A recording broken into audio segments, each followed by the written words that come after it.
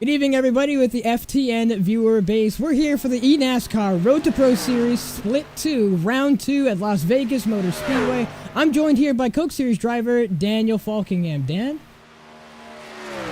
Yeah, thank you very much, Alex. I'm proud to be here. Thank y'all for bringing me on. Got to do the ProCast with the McCody guys last week, and I'm with you guys this week. It feels good. Kind of taking over this broadcasting gig a little bit, so feels good to be back for another week, even though maybe in another split. Yeah, you're definitely right about that. As we get ready to end out qualifying here, 50 seconds left. Thing I forgot to do. Other than that, though... Sorry, wrong cam. And there we go. One setting I forgot.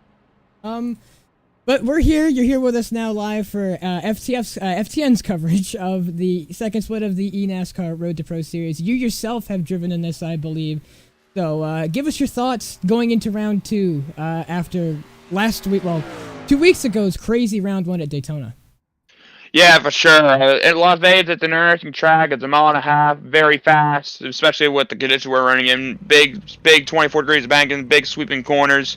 We got some great racing. It's gonna be similar to Daytona, with it being in the nighttime. Gonna be a lot of on throttle time. Interested to see how the pit strategy is gonna play out. These boys got 100 laps ahead of us. 100 laps, 150 miles. This race is going to go by in a jiffy as long as we don't have a lot of cautions. So, really looking forward to see what these boys do here tonight, and looking forward to get started.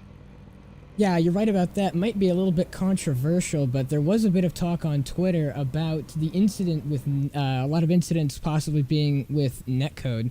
Now, I don't know if netcode was as bad as it is now when you were doing Road to Pro, but what's your thoughts on maybe netcode ending a couple peaceful races tonight? It's definitely going to be something else. I've seen a few videos of people having the netcode incidents and getting like some sort of damage from it when they don't even hit the guy. So I will say, hopefully we may have some of those incidents, but maybe or hopefully we don't have an incident like we saw from Mr. Ashton Carter last weekend or 2 weeks ago when we had a big old explosion with the main pack and then trying to do all of this other stuff. So that's just one thing I'm hoping that does not happen tonight. That's for sure. Yeah, definitely not the greatest show, especially from a former pro driver, I believe, from himself. Not the greatest way to try and get back into where you were. But as we are about to start tonight's race, let's go through qualifying. So right now, Logan Helton is on pole with a 30.136, and Connor Euroshak in the Ford. Zeke Willis, Ashton Crowder, the man we were just talking about, lines up 4th. Noah Blitz is in 5th, Nicholas Roman, then Taylor Hurst, Matthew Batby, Santiago Terry's Kyle Peddle. And then moving on. Go ahead, Dan. Yeah, then in P11 we got Anthony Burrows, who ended up losing connection to the server right as we were gridding, so it looks like he's going to be starting on pit road here. Will Cooley will be starting P12. Nate Stewart had a great run at Daytona. He'll be starting in P13. Jonathan Delaney in 14th. Matthew Morton 15th. Matthew Zwack in 16th. Lawson Peel in 17th. John Jenkins 3 in 18th. Just Bull in 19th. And Liam Sheen in 20th as the cars begin to roll. I'll finish off the grid here. We got Nathan Nicholson, Justin R. Smith, Jake Sylvia, Matt Kemp, who was representing NFR, the team that I work with, that works on all our setups last year and this year for Coke, so I'm going to be keeping an eye on him. He starts P24. Jake Matheson, Matt Danson, Octavio Rondoletto, Dan Damoon, Jose Solis, and Aaron Playmont round out the top 30. Then we got Ethan Lane, River Hayes, Brad Davies, Kevin Champagne, and PJ Evans rounding out the field. But one good thing now to go on about is seeing a good friend of mine who I've raced multiple times, Kevin Champagne, make his dash into the eNASCAR Road to Pro Series. Do you have any thoughts on Kevin before we get started? Not too much, 'cause I really haven't raced around him a lot. I have raced him quite a bit in Mooncar for the last few years, and he's a cool guy. Definitely enjoy racing him, but I haven't raced him too much. So we'll see. He's got a long way to go to get through this field, and he don't got a lot of time to do it. So he's got to make some time quick, and as we're getting ready to go green. Yeah, you're absolutely right. We're getting ready to go green. We're going to focus on here at the front of the field. As we get ready to go green here for the second split of Road to Pro, we want to thank all our viewers for tuning in. And as the pace car makes this dive down pit road, we're going to get ready to go green as the field now lines up for the second start in the Road to Pro eNASCAR qualifying series to make it to Coke. We are now green in Las Vegas.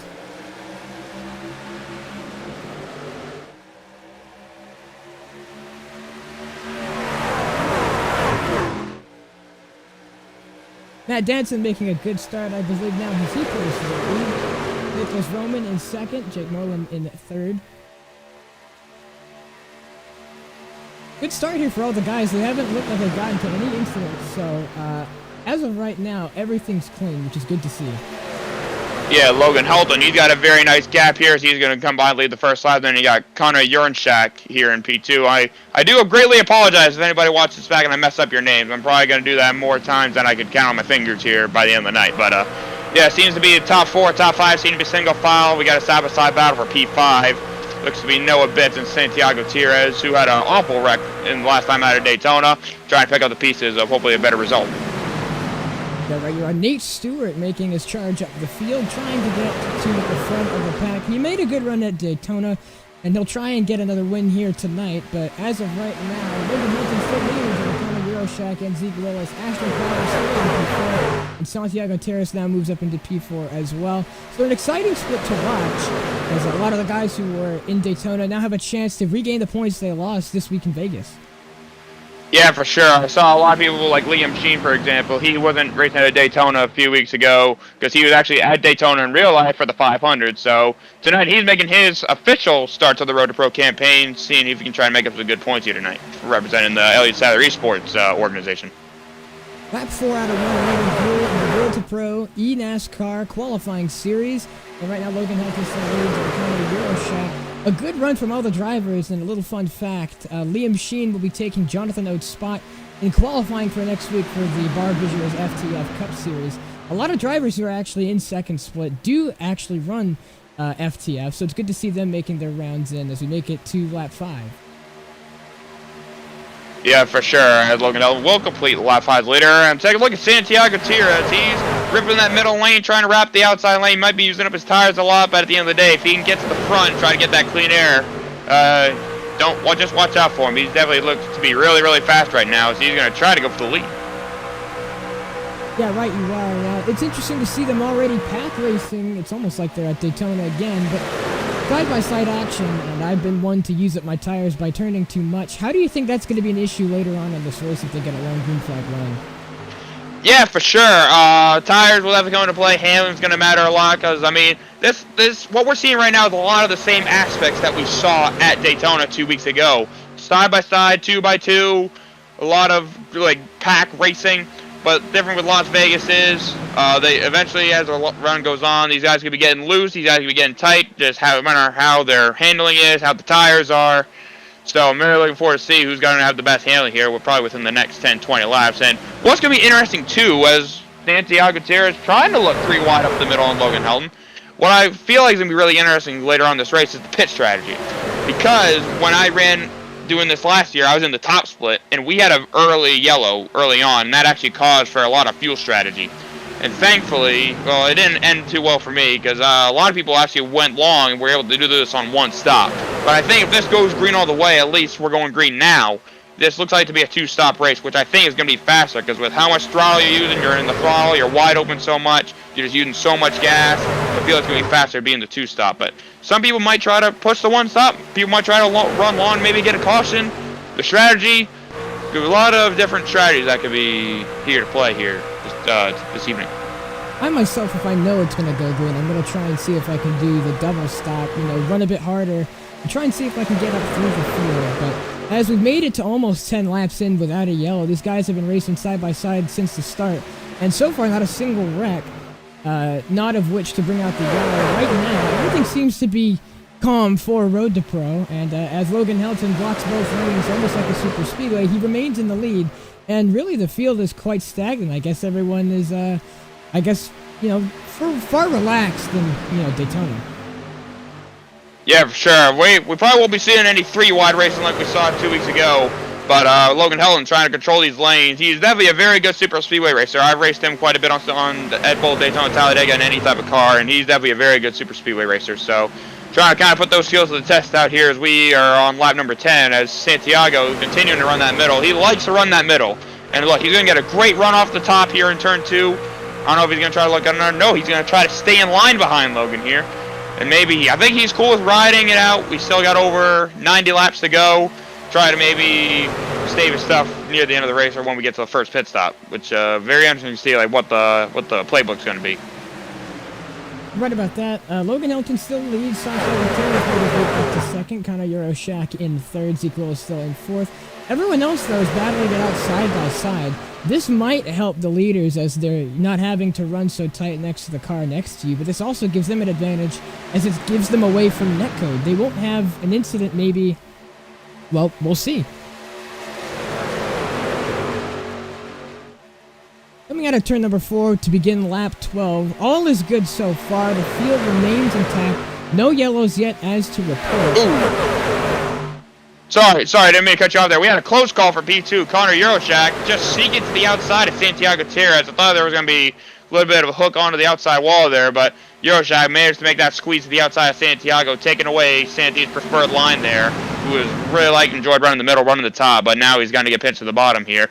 And this is something I'm going to point out too. As these tires wear out, the outside I think is going to be the favorable line, just because you're able to carry the momentum and you're able to pinch the guy on the bottom, kill his run, kill his speed. So that's going to be very interesting to keep an eye out for as people are starting to make their way to the top, starting to make their way to the middle the longer into the run we go. Yeah, you're right about that. A good. Oh, we got a little bit of 3 wide here. Yeah, now they're going 3 wide, so now they're going to start pushing each other. This is going to be interesting to watch as we're trying to see. It looks like everything is calm right now, but off of 4. They've already gone quite a few way green, and actually, as you're right, this race might be quite short. But as we've already got people going down on the apron, that's the 15. That's Will Cooley on the apron. So that's already an aggressive move to take some spots here in the beginning of this race, because even though we've already gone 14 laps, I'd still call 14 to 20 laps in still, early on in the race. You've still got over 80 laps to go, plus a green light checkered if things get that hectic. Yeah, for sure. I believe we got 3 overtimes if they are to be needed near the end of this race.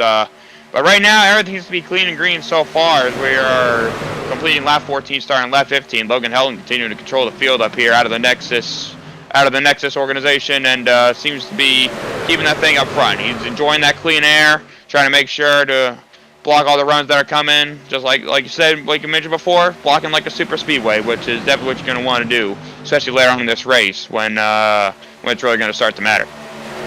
Yeah, and already we're seeing some hard charges as Liam Sheen and Matthew Zwag make their way up the field after starting in the back. They're already 16th and 17th respectively. I don't know how you can make up that much ground overall in only just 16 laps, but it really just proves how far these drivers are willing to push this lap early into the run. Yeah, for sure. Liam qualified 20th, Matthew Zwag in 16th, and they're Liam's gained a few spots. Zwag's kind of drifted back a little bit. Right now, they're probably in the spot that they're in right now. There ain't really much for space for them to go just because it's so tight 2x2. So definitely, if they're going to be able to make those spots, pit road is probably going to be the best place to do it. Having a solid pit stop. And also, what I noticed too is you're going to want to pit with the right group as well. Because like I said, this is similar to a super speedway. I feel like if you're going to want to pit, you're going to want to come with a big group of cars. Because the draft means so much in the truck, as we've noticed. Where all these guys are grouped together, as we get ready to pit, you're going to want to pit with a big group of cars to make sure you stay in that draft and you're able to pick up speed. Because if you pit by yourself, you're just going to be a rock in the wall. You're just going to fall back, and plus you stay out on old tires, pit by yourself. It's kind of just like Daytona. You're going to lose the pack, lose the draft, and it's really not going to work out for you in the end. Yeah, so 3 wide already in the back. Logan Helton now has almost led every lap. And he plans to block both lanes, controlling them like a super speedway, like you mentioned earlier. Almost 20 laps in, and I'm proud of these guys for not wrecking already, considering how tight Vegas is. And even though Daytona is the real super speedway, these guys are almost going the same speed on a much, much tighter track. So in actuality, these guys have proven to show their skill here tonight in a very clean race so far. Yep, we're completing lap 18, starting lap 19. We have had really no incidents yet, which is good to see. A little bit of 3 wide in the middle of the pack back there, probably around like the 15th, 16th spot. But other than that, seems to be nice, clean, and green. Just double file, battle for second place right now between Euroshak, and I think it looks to be Taylor Hurst. Got relegated from the Coke Series at the end of last year. Could not make it back to the Contender Series, so trying to maybe work his way back out to the Coke Series ladder for 2024, and right now running a good spot in P2. So Logan Helton out in the front, the gap seems to be increasing. You mentioned tire wear earlier. And now we've run about almost full throttle for 20 laps with lifts in between. But I know the trucks have the most downforce out of any car. You can take most of the corners almost wide open. But now it's starting to pull a gap. And is this an effect of tire wear or dirty air, do you think? It's probably a mix of both, because, I mean, unlike Daytona, tires do wear out here the more you run, because we got a mile and a half, pretty sort of a race surface, but this track does have a lot of grip, but the tires will still fall off. And plus, you got running a dirty air, that's just going to overheat your tires a lot as well. So you're really starting to see the pack really start to thin out here. Like, a lot of people are starting to get single file running the top side, because that's where they're carrying the most momentum. They're able to pinch the guy on the bottom that are on older tires. But guys like Taylor Hurst and these guys up here are able to maintain really good on the bottom. But pretty soon is where it's going to be handling at its worst. You're either going to be really tight, really loose, just depending on how your setup is. So as we get ready to complete lap 21, yeah, seems so good so far for a lot of these guys. So maintaining some double wide racing, and yeah, just the last thing you want to do, like if you're on the bottom, especially because here a big characteristic of this track is those bumps down to turn 1 and 2, which can really affect your truck. Like if you hit those bumps wrong, your nose can just go. You can shoot right across those bumps. Your nose will go straight up the racetrack, and you can slide into the guy on to the outside of you. So that's something these guys are going to want to watch out for, even the later on that they get into this run. Yeah, and like you said, those almost welts in like 1 and 2. If you're struggling loose and you hit those bumps, you could chase your car right up the track. So as we go on further and further into this run, Logan Helton is now pulling away-ish from the lead pack, but now I think he's in a good position right now, but later on, if the draft really does matter as much as it does, he might be reeled back in, and hopefully someone will send it around his outside, and he may lose the lead. But right now, Logan Helton will come across the line and lead every lap in this race so far, but it's the 13 out front. Yeah, leads him back to turn 1.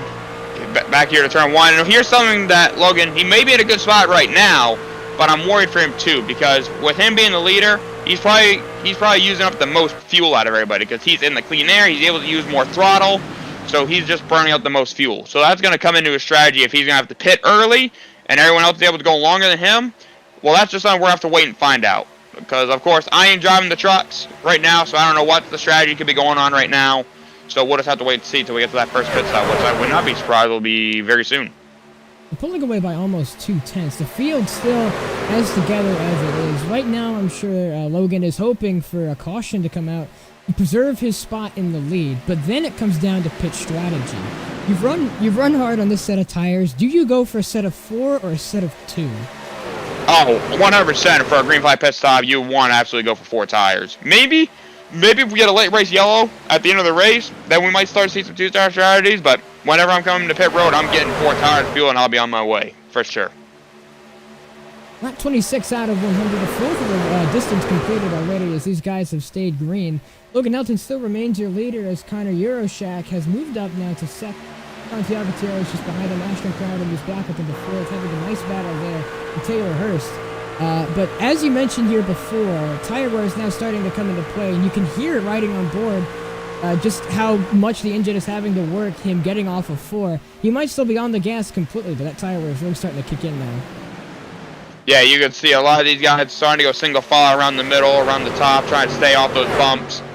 And but I was like, Santiago, he's definitely got one of the best handling trucks, in my opinion, in dirty air right now, back in traffic, and he's trying to make some move here on Connor here, trying to go on the bottom, but just can't seem to just get the run right now. Trying to do his best to side draft all he can, try to slow down that outside lane, but if he can get a push from that 31, which I believe is Taylor Hurst, correct me if I'm wrong, try to get that push there, maybe he can get a run down the inside and maybe clear Connor here. Or if Connor's handling is going away, then he can attack that way. But Santi looks to be really good over the bumps right now. Well, I'm sure another thing he's worried about netcode as they all start going back up to the top. But I'm sure he's worried if he side drafts him too hard, he might, contact with some netcode, and that's obviously going to be a race ender because there's no fast repairs in Road to Pro. There's no fast repairs.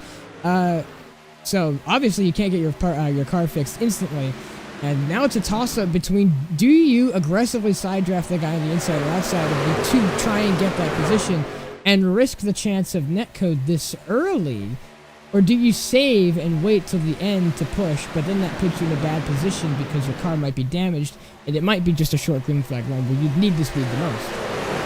Yeah, for sure. Well, I guess like for them, that's entirely up to these guys what they want to do. As we saw, Ashton Crowder has actually moved up to P2 now, so he's gonna see if he can go get Logan Helton, who actually has ended up pulling away in that clean air a little bit, and he seems to have a pretty good pace right now. As I think Connor right here in P3, I think he's starting to hold up this pack a little bit, because from what I noticed, it seems like his front end is not sticking through the corner. It seems to be getting really tight, especially through turns 1 and 2. Seems to be building tight on him. Right now, he's just trying to hang on until he can get some 4 new tires. I know we're seeing a different strategy between the lines to take in 1 and 2 and 3 and 4. Logan last time by, he ran the seam in 1 and 2 and the line in 3 and 4. But as you said with the bumps down there, is you'll see he'll run the seam. And I wonder, if you stick your rear right tire on the seam, it does get the car loose if you run it there hard enough and long enough. So I wonder if he's using... Oh, we got a caution. We got a wreck.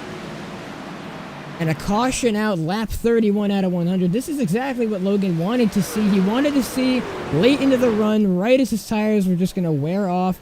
This is perfect. As he pits, you'd want to take 4 tires and full fuel, but this is obviously going to be great for Logan, as he might be able to maintain the lead. Yeah, caution out here on lap number 31. I'm trying to take a look back and see the incident, because all of a sudden I just heard... just crunching down the back. This was back around the 20th position, if I'm not mistaken. Still trying to find. It looks like it was Jose Solis had some sort of issue running through turns 1 and 2 back in the 19th spot, just running his normal line. Then the truck just like took off on him. I don't know if he just got really tight or unless like something else happened, because he just shot up the track like really, really quick. Like even if you get tight, I would not think you'd shoot up the track that quick. So I have no idea. I don't know if he had some sort of failure or whatnot, but that actually took out quite a few people. Took out Jake Madison, took out a few others, so definitely not what you want to be involved in a wreck this early. Yeah, definitely not good for him, as he'll have to go down pit road to fix his damage. The field comes down pit road. Logan is still heading the field as we enter in pit road. We could see some incidents of drivers speeding on pit road, but as it seems right now, everyone's calm-mannered as he'll go to his front stall. This works out really nice for Logan because he ran at the front. He used the most fuel, but it takes the same amount of time to fuel up your car anyway. So he could very well come out with the lead and being the first. Oh, there goes the 25. Yeah, lost fuel. I think he just missed his pit box, so he's probably gonna be coming back around. But yeah, it looks to be 4 tires fuel for every single person on pit road here. And Logan Helton looks like he's gonna lead him off, as Ashton Crowder almost gets him for the lead, but he will remain in second. And it looks like, yep, 4 tires fuel for everybody. And now, it's pretty basic to the end. You only need to stop one more time to get to the end of the race. And now it's just going to be all about when you're going to want to pit. And Lawson Peel in the 25 apparently missed his pit stall. We'll have to go around again. That'll send him to the back of the field. But as the leader remains the same, Logan Helton still your leader. Ashton Crowden in second. Santiago Gutierrez overtook Connor Euroshak to move up into fourth. Connor Euroshak moving down to 5th. Steve Willis now in 6th. And, Nate Stewart is in 13th. After qualifying, I think 19th. That's a great spot for him to be in right now. Yeah, for sure. One of the biggest movers so far, and definitely wants to keep building on that momentum too. Because after he had a really good finish last week or 2 weeks ago at Daytona. Keep saying last week for no reason. Great finish to Daytona, finished second to Agnell Phillip. Great result. I think he was 6th in the points coming in, based off of the points from his split. So hopefully he's trying to carry that, hopefully continue that top 5 streak tonight. And definitely he seems to be on a pretty good charge so far, coming from what you said was started 13th. And right now, from our time of scoring, looks to still be 13th right now. So don't know if he had an issue on pit road. I saw he was up back in the top 10, so I don't know if he had some sort of issue on pit road. But right now, Matt, I want to put a spotlight on Matt Kemp right now. One of my teammates from North Force Racing started in the P24, is out to 14th, has gained 10 spots. I'm pretty sure is the biggest mover, if I'm not mistaken, but one of, if not. So, good run for Matt Kemp so far. Hopefully he can keep moving forward in the next, what appears to be 67 laps. So, lights out on the caution cars. We got ready to go green here once again. And the field, after about a 2-3 car incident in the back, brought out the yellow on lap 31. We're about to go back green again here on lap 34 to lap 35. You're questioning, Dan. Do you think that they'll race as hard as they did on the initial start, or do you think they'll race harder or less? Oh, no, they're gonna keep doing what they've been doing, because well, you're pretty much stuck wide open, because if you afford to lift, then you're just going to get yourself run over. So these guys are going to be up on the wheel, pedal to the floorboard. It's going to be all out crazy. It's only going to get even crazier as this race goes on, as we are coming to the restart. Now we're green again, lap 34 out of 100 to lap 35. Logan Hilton still leads over Ashton Crowder and Santiago Terres. Hunter Euroshak in 4th, and Zeke Willis rounds out your top 5. As looks to be absolutely everyone sleeping on the restart, not exactly like it was originally, but now with everyone on fresh tires and almost equal performance, Logan might be in a bad position here, as the draft does mean a lot. He might be reeled in. Yeah, for sure. Really ain't nothing Logan can do to pull away, because everyone's going to be wide open in the gas, on the throttle. So it's just what's going to be just like Daytona. It's going to be just a big old super speedway kind of race with fresh tires, full fuel, just about trying to see if Logan can control his path. Logan got a little bit looser, and the 17 right on him is going to slip to the inside. Doesn't look like he's clear, but they're going to be side-by-side going into turns 3 and 4, and he'll get side-by-side right to his door. And he's going to be able to wrap that bottom, and he's probably going to clear him off of turn 4. And there he goes. So Logan, a sitting duck after getting a great restart compared to everyone else, now slots into that tiny gap in second. And it looks like Santiago Terres will now move up to the lead. Yeah, for sure. Santiago, if I'm not mistaken, won last year's Road to Pro race in top split on a fuel strategy when we had a caution, I believe, on like lap 2 or something. And he was able to go pull out a fuel strategy, only pit one time compared to people pitting twice, and he was able to go on and win last year's top split race. So he didn't even go win back-to-back years, but this time it's second split, as right now Logan Helton has actually gone right back by him, as now Santi seems to be battling with Connor for P2. The exact same move that Santiago pulled on Logan pulled on Santiago, now puts the 13 back out front. And Connor Euroshak, who struggled with a tight race car, will now move himself back up to second. Double file behind the 13 of Logan Hilton. Looks like he's not going to get a perfect lead every lap, but now he's going to be stuck on the outside with the 8 of Connor Euroshak trying to send it in just like the 17 did. And he'll stay side by side, but he'll need that push, and looks like he's not going to get it. The 13 will clear him. Yeah, Logan going to go right back to what he was doing before, trying to control the lanes. Going to block the top, going to block the bottom, looking in his rearview mirror, trying to see where the run is coming from. Probably spotters telling him where the run's coming from. Like, here comes Santi right around the middle on the outside, getting a big run down the back straightaway. Covers that off, then goes right back to the bottom, the shortest way around the racetrack. And looks like he's going to come back around and lead another lap, because we're going to complete lap number 39. Just going to point this out. Now, this isn't exactly a super speedway, but these drivers still go at insanely fast speeds, still going full throttle throughout the corners. I've raced with TCB enough to know that if you block a guy the wrong way, you're probably going to get turned. Now, as we're only on lap 40, we're barely halfway. Do you think we could see that? Because I know you've also raced with TCB.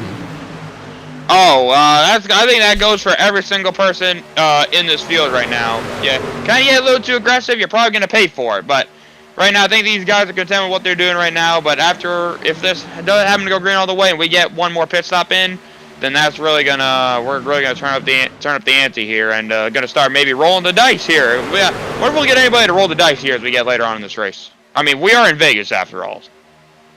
Gonna gamble our chances for a Road to Pro win here in Vegas. Santiago Terres tries to get that outside lane to work, gonna run the absolute door off the 13 of Logan Hilton, who had been leading this entire race and lost a lap led, and he'll lose one again. It's going to be a tight battle at the line, actually, but give it to Santiago. He'll lead lap 40 as we move on to 41. I'm telling you, Santi likes that middle line, and he's going to try to continue to make it work, as we seem to be 3 wide just outside the top 10 back there. But Santi, he loves that outside, and he's going to roll the top side and going to probably go to the race 3 here, as Logan is now kind of pinched off on the bottom, trying to see if he can get that lead back. Now, Logan's going to try and wrap the bottom like he did before to try and get to the lead again, but it doesn't look like it's going to work. Santiago took out that great run off the top. He's absolutely using the middle lane, and Vegas is one of the I didn't see that coming, but as I was saying, yeah. They're already 3 wide in the back, actually. No, yeah, we got 3 wide. We got Ashton Crowder blocking the people trying to go to the apron to make some moves. I'm telling you. Like, these guys are going to get more aggressive as the laps click off, and we're not even halfway yet. So it's probably a sign of what's to come as we get later on in this race. But we see, like, 3x3x3 out there right outside the top 10. So, looks to be what to come. This is going to be an interesting race here in Vegas. Going to roll the dice to see who will win. Santiago Gutierrez now your leader over Logan Hemp, who was your leader earlier before in the race. Will now run the bottom as he was, but now these drivers are already starting to push 3 wide. I'm not going to lie, it's getting me scared. Yeah, for sure. Kyle Peddle, I've been seeing, has been trying to peek out, make some moves, trying to go 3 wide. Kyle Peddle was a Coke Series driver last year too. Did not elect to run the Contender Series last year, so he is back in the Road to ladder. See if he can try to make his way back up for 2024 as well, along with Taylor Hurst. He's out here trying to make some moves. So already going to be 3 wide, 2 rows back. This is really starting to look like Daytona. These drivers are absolutely sending it. And with only 5 laps on their tires, I think it's, me personally, oh my God, Ashton Carter goes down the block, isn't clear, and oh my God. Now that just proves the amount of talent these guys have to almost pull a bad block and wreck the entire field again. But they all saved it, and they're still 3 wide. I can't believe it. Yeah, that seemed to be a little bit of a late block there on Ashton. I mean, I can see that coming from a few laps away from Kyle Peddle. He's aggressive. He's trying to make those moves. What you're going to have to do at the end of this race. Caught Ashton Carter out. Caught him napping. And now Ashton has drifted back 4 or 5 spots. I mean, we're only 46 laps into this race. Oh, they're already getting close already. They're throwing netcode, the possibility, into the wind. They've already started pushing 3, almost 4 wide, because they can use the apron down the front stretch. And oh boy, only when they start doing that is when we're going to see the real crazy. Yeah, to be honest, I don't think these guys are even worried about netcode. If it happens, it happens. They're just going out here. They're not even worried. They're just out here to race right now, trying to make some more spots. As we got more side-by-side action here. Seems to be for P3. I mean, this is insane. I can't believe how much they're already going 3 wide, and they're only barely halfway through this race. Already started to go on lap 48. And you can see that Nate Stewart already making up positions. He's going to switch his lane now to the outside and maybe trot back. No, as you can see them, he runs the middle. As I was saying before, Vegas is one of those tracks where the middle is actually one of the fastest lines on the racetrack. However, it does wear your tires quite a bit. Yeah, it does. You just put more force on the tire, more load on it. It's just going to wear a lot quicker. That's how it is with this current tire model we have. And like if you were trying to run that bottom, it does save your tires a little bit better. You can have them for that long haul. But especially with the way you're having to race, particularly in the trucks, with having almost a little to no horsepower to lean on, with really no throttle response, you got to carry all the momentum you can on the outside lane, because that's where you just carry the most speed. So what you have to do later on as these tires wear out, you want to get to the outside just to carry the momentum and carry that speed and not get pinched on the bottom, or else you're going to go backwards real quick. Santiago Gutierrez still the leader in the end, as we got a lap truck coming up here. We remember what happened with lap trucks 2 weeks ago. So we're going to see if it's a repeat again, going on to lap 50. As I believe the lap truck will try and get out of the way. Looks to be the 10 truck, who seems absolutely destroyed. He was probably involved in the incident that brought up the yellow lap 30.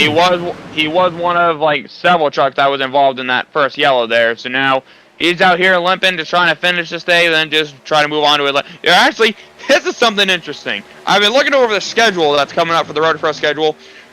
You got Daytona, you got Las Vegas, you got Atlanta, and you got Texas. By the standards when racing the trucks, that's almost like 4-pack-esque like type of racetracks, like kind of like super speedway track with the way the trucks race. You got Daytona, which is a super speedway on its own. You got Las Vegas with the conditions we're in. Everyone's all grouped together. Atlanta, we're going to be running the new configuration of Atlanta in 2 weeks, which is now a super speedway. And then you got Texas with the way Texas races.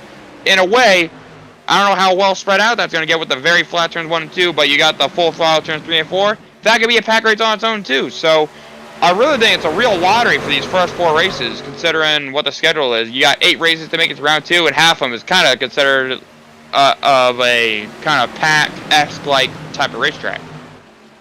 You're talking about my home track, Texas Motor Speedway. If you could set your car up real nice in 1 and 2 and have it dialed back just enough for 3 and 4, I think you could make the perfect setup to run flat in 3 and 4 and absolutely gain the time on the bottom in 1 and 2. Well, first off, saying Texas is your home track, I feel very sorry for you. I just want to send my condolences to you. Yeah. But yeah, Texas will be interesting. I remember running Texas last year. We were pretty fast there, but unfortunately, it came down to a few mileage race with it going green all the way. So definitely a lot of these races being only 100 laps on a 1.5-mile racetrack. Fuel is definitely going to come into it. Having a fuel stay, I do remember having to do that. It's the same length as last year, so strategy could be very interesting when we get to Texas in a couple of weeks. I mean, at least Texas has COTA. We have something going good for us. That you do. I will give you props. But as we now go on to lap 54 out of 100, Santiago Gutierrez still leads over Logan Helton and Connor Euroshak. Noah Blitz is now up into P4. As I was going to mention earlier, Nate Stewart now battling with Ashton Crowder. Ashton Crowder was fourth, almost second on the restart, moving up through the field. But after a bad block, moved him now down the field, and he lost 10 spots because of it. And he's gonna be relished back down to the midfield. Yeah, I think he's right around the 11th spot right now. We seem to have like about a 15 truck breakaway here. From like we got one pack of 15 trucks and we got another pack that's kind of like racing all together. So very, very different kind of groups here. Two different packs we got going on here. And we got right now everyone's just single file, kind of just riding this out. Handling's coming into play. Who's handling good? Who isn't? Just waiting to get to that pit stop, which I wouldn't be surprised what we've seen here. Now, what the pit strategy? I don't know what these guys are gonna do. Because I'd say you could go around maybe like 45 to 50 laps on fuel. I don't know the exact number. But if these guys were going to split in half, like these guys came in around like lap 33 or so, if these guys are going to be splitting it in half, these guys are probably going to be pitting, I would have to guess, within the next 10 to 15 laps or so. I would say, too, that the pit window will open up here shortly, but going on to lap 57, these guys now, this is as spread out as the pack has been so far, and already a lot of drivers going laps down after being corrected in the incident in lap 30. We've got another lap track coming down middle back, and it seems that already these drivers are starting to spread out just a little bit. You can see the Plate-esque pack-style racing with people being grouped together, but now tire wear and dirty air is coming into effect at its max right now. For sure. Right now, Santee, Logan, Connor, and you could throw Kyle Pettle in the mix too. They're trying to break. We got a 3-truck breakaway, then you got Kyle Pettle, who's kind of leading the second pack back here, trying to go get the top 3, as this is the most we've seen Handling come into play. Some of these guys could have made adjustments on pit stops too, trying to kind of change the handling of their trucks, and that could have definitely thrown a wrench in the thing, because we're starting to see a lot more people getting a lot more spread out. So now it's driving more like a normal intermediate, where people get spread out based on the quality of their setup and how fast they can run. But a lot of these drivers who were in the front have stayed at the front, and really the top 5 is no different than it was before, other than Zeke Willis and Noah Blitz making a fantastic charge to the field. For sure, as we got a little 3-wide action back here for what looks to be the 8th spot. Now that we're going back to 2-wide here. They look 3-wide, but back to 2-wide racing. That's Liam Sheen right up there in the number 30 here. Started P20th right here on our timing scoring. It's up to P8. Definitely having a good run out of the Elliott Sadler Esports truck right there. So trying to continue to get up through the field and maybe have a shot at this thing when it's all said and done. The pit strategy starting to come into effect as we're now down to the last 40 laps of this race. Lap 60 out of 100, another lap track. That's a 28 of Brad Davies, who's now going to appear himself in the front of the field. It's funny looking at the timing and scoring, because it looks like we've got a lot of big-name drivers. You've got Matthew Zwack, Anthony Burrows. You've got a lot of those guys who are in the top 20. But I personally would figure them to be much higher, but I guess this is just the nature of Vegas. Yeah, for sure. As we have completed 60 laps, 60 down, 40 to go. We're really starting to get to the end of this thing now, as everyone seems to be single file. Our first side-by-side battle is around the 14th spot with looks to be Will Cooley and Matthew Batby. Apologies if I don't say her name correctly. I'm still trying to learn all these names. Yeah, right you are. So lap trucks trying to get out of the way best they can. Lap 62 out of 100. We're going to see the pit window open up very shortly. And go on as you were earlier on in this race before we had the yellow. What would be the ideal pit road for you? Yeah. Oh, sorry. Watching Nate Stewart here, who was drifting a little bit through turn 1 and 2. Part of those bumps upset his truck there a little bit. But, yeah, as I was saying, it's going to depend on when you're going to want to pit. You want to pit with a big group of cars, big group of trucks, I should say, just to stay in that draft, stay in that pack. Because if you pit by yourself, you're going to have no speed, you're going to have no draft. and you're probably going to be not having a good finish. But like I said, I wouldn't be surprised we've seen these guys pit within the next 10 laps, trying to maybe split this right in half. Easy, just split right in half and then go to the end. Or some guys can maybe run long to maybe have the tires for the end of the race so they can maneuver and make moves a lot faster. So I'm not sure what's going to happen. We still got quite a ways to go before we really see what happens.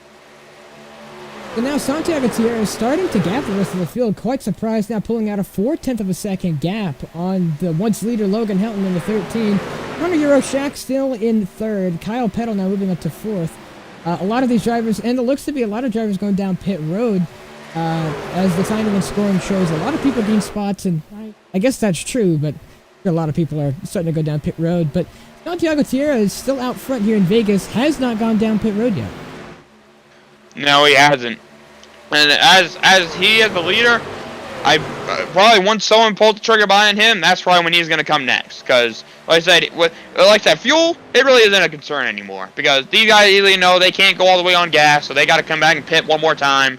So it's just about when you want to pit and where you're going to want to position yourself when you pit as well. So right now it's just a waiting game for us. We're just sitting here, just going to wait and see when someone pulls the trigger. And right, you are lap 65 out of 100, closing in on lap 70, and these guys would have already put 30 laps again on their tires, and this is going to start to really show who has the better setup in tight and loose conditions. But right now, Santiago Tierra, I believe, is still in the best spot out front. He's using the most fuel, but at this point they know they have to pit. So right now he's getting the cleanest air. He doesn't have to worry about his temps, and I think he's in an overall a great position right now. Yeah, for sure. I don't know if I mentioned this before, but Santi seems to have a great handling truck. Seems like he can run anywhere on the racetrack, and he's definitely trying to control the field right now, as we do got some people that are coming to pit road this time. Nate Stewart, Matt Kemp, Liam Sheen, they all plan to come down pit road this time by. Nate Stewart makes his attempt to go down pit road. The leaders of Santiago Tierra still stays out. So, oddly enough, a lot of drivers choosing different strategies. But the 17 seems to just be on rails running that seam in the middle.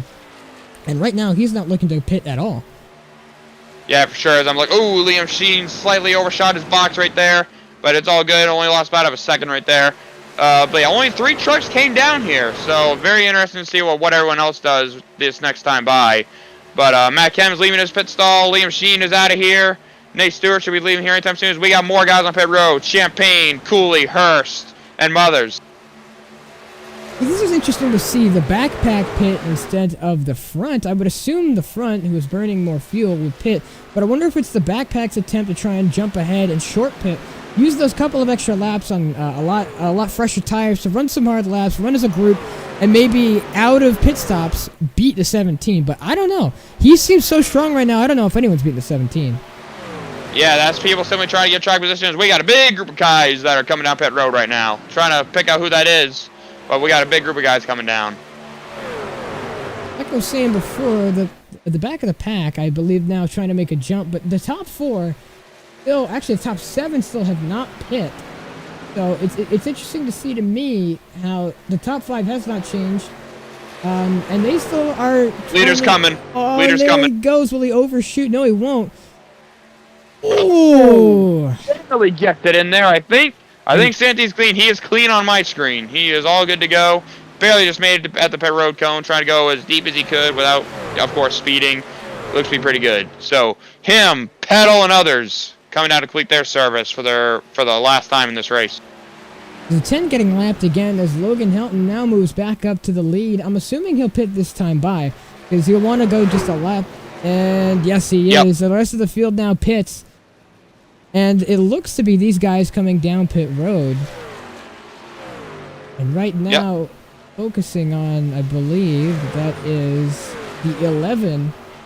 So that is the 11 of Jake Sylvia, who's now effectively moved up into, not double first place, I'm assuming that says second. But Octavio I'm just going to say Octavio.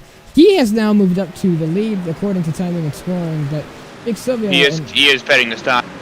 So, right now it looks to be the 11 who goes to the lead, but the 21, that's Matt Kemp, and the rest of the guys now, the pack of 5, I don't know if running double file is the best strategy, truth be told. I haven't made it to this high level, so I wouldn't know what I'm talking about respectively.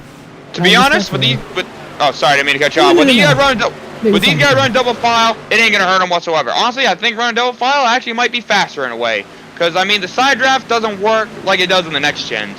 You're able to get next to someone, you're able to pull them back a little bit, but even if you're running side by side, it does not slow you down like it does in the next gen. So with these guys running double file and whatnot, this is actually kind of helping these guys even go even faster.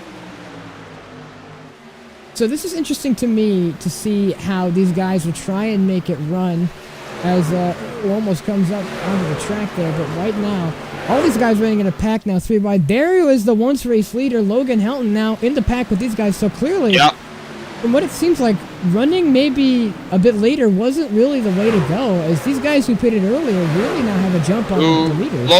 Logan seems to be a little loose. He's on cold tires, just came out of the pit trying to get his tires with the temperature. And right now he's hanging on. He's going to get some help from Liam Sheen in the middle. And should be getting tires up to temperature, and he should be on rails here in just a few laps. This is interesting to me to see these guys all race in a pack and lap truck in the way. Oh, how did they not wreck? Well, I did not even see that lap truck because I was looking at a different angle here in the session. So now we got a little bit more 3-wide action here. Really can't tell what the positions are right now. We got Nathan Nicholson and Matt Danton are the only 2 trucks that have yet to come to pit road. Maybe just trying to catch a caution. Right you are, and it looks to me like these guys are already running hard, 3 wide, almost 4 wide there on the first shoulder, having to avoid the lap car. But now, as you said, 13 of Logan Helton is starting to pull away already. And this is miraculous after he just pitted like 2-3 laps ago. And these guys only pitted maybe a couple laps before him, and he's already starting to pull a gap. I mean, he's already got 2 trucks behind him. Yeah, for sure. We still got a little bit of a scuffle back here, what appears to be for P10, P11. These guys running double file. And take a look at Octavio here. He's got fresh tires on all these guys, so he's trying to get around these guys quickly because he doesn't want to hurt his tires too bad in the dirty air, so he's going to go 3 wide. Oh, that's going to be a tight squeeze with Noah Bitts going up the middle between Matt Kemp and Nate Stewart. Thought we were going to have our yellow right there, but they seem to keep it nice and straight as we're still 3x3. As Nate kind of got off the bottom there, got a little tight, but everything's good to go. Everything keeps it straight with 25 to go. So this is interesting to see. These guys are already pushing as hard as they are, 3 wide in the pack. Let's go check on the leader real quick, as the pit stops are essentially completed for the rest of the race. From what it seems like, everything's running smoothly. No yellow whatsoever. It says that that's the leader. No, it's not. So timing and scoring might be incorrect. There we go. Santiago Gutierrez still leads, like I thought he would. I mean, he came down pit road. That's all right. Right here, he's not leading right now. Nathan Nicholson, right now, is still on the racetrack because he is trying to catch a caution, maybe so he can come down and get his tires, but that ain't going to happen. He's going to come to pit road now. Santiago Gutierrez will now take over the race lead. So the gamble in Vegas does not pay off. Santiago Gutierrez will lead to go into lap 78, so just about 20 laps to go. There's our affectionate leader who comes down pit road, but now Santiago Gutierrez will be our leader. But as the gamble didn't pay off, the 17 goes back to the front of the field. It's interesting to see to me that some of the guys who were in the lower ranks of the top 10, now second and third, it's Kyle Pell and Santiago Gutierrez. No, it's Jonathan Dooley and Kyle Peddle. And these guys who were in the top 10 around the lap 30 wreck and so on are now second and third, have moved up to the lead pack. Yeah, for sure. I'd say we got a 3-car, seems to be a 3-truck breakaway here with Santiago, Jonathan, and Kyle Peddle here. And then you got the rest of the pack that's fighting for P4 and further back. So if you're in the top 3 right now with like Santi and these guys, you're just hoping it goes green to the end, take your points, go on with the rest of your night. But if you're here in this pack, there's some guys that are on old tires, some guys got fresh tires. They're all trying to fight to get their track position back. Like if you're Logan Helton, see if you can try to drag this pack up to the lead pack, because of course there are more trucks in this pack here. We got about like 10 or so compared to the 3 guys that are up in front of them.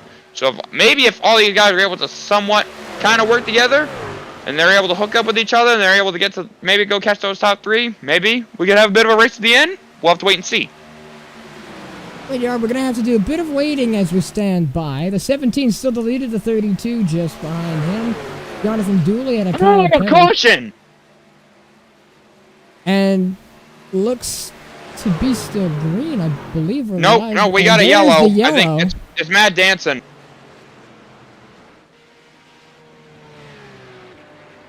So Matt Danson.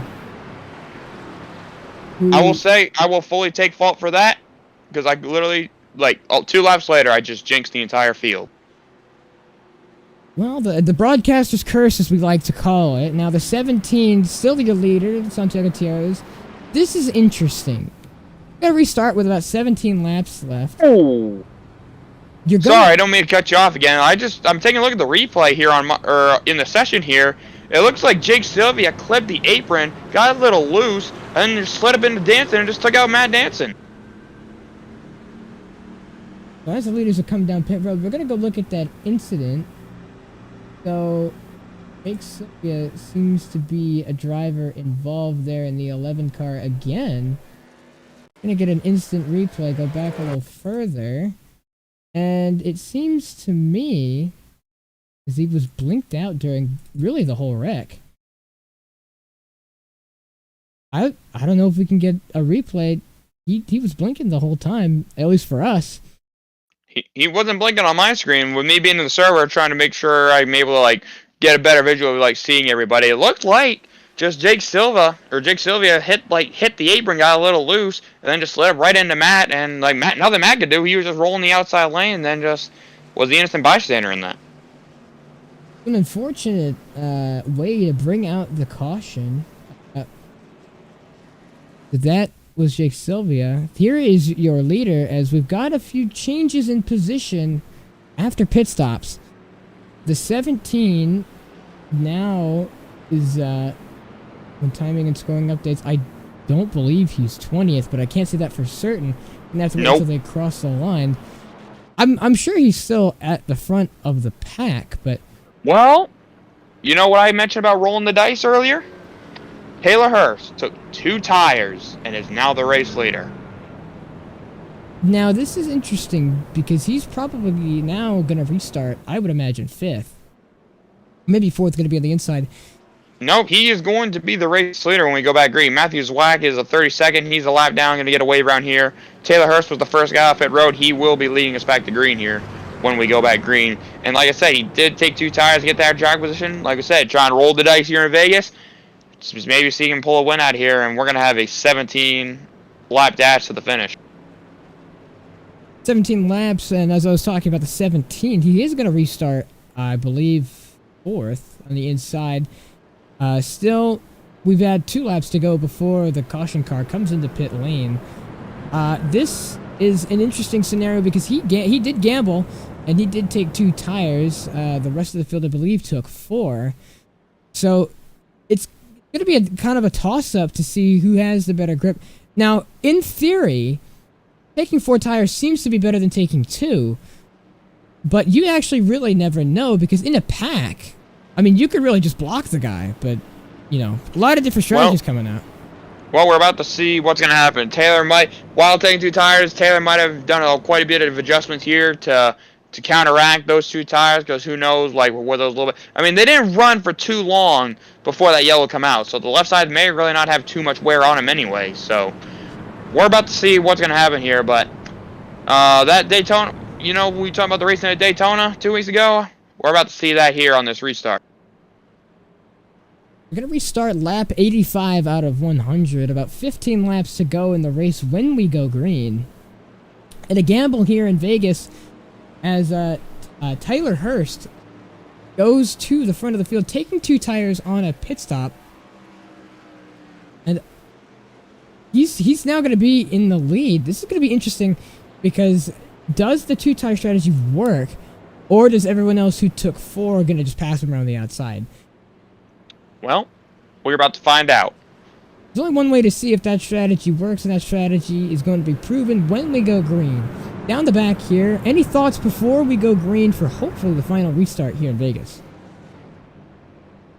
Yeah, like you said, we're going to have probably, I think we got the 1 to go signal if I'm not mistaken. Yeah, we're going to have, we're 1 to go. 16 laps to decide it. Everyone's got their tires. Probably the last time they come into pit road. Going to be all-out pack race here to decide this thing. Probably a lot of people probably made a lot of adjustments to counteract for that short run, because a lot of these guys probably have set these up for the long haul.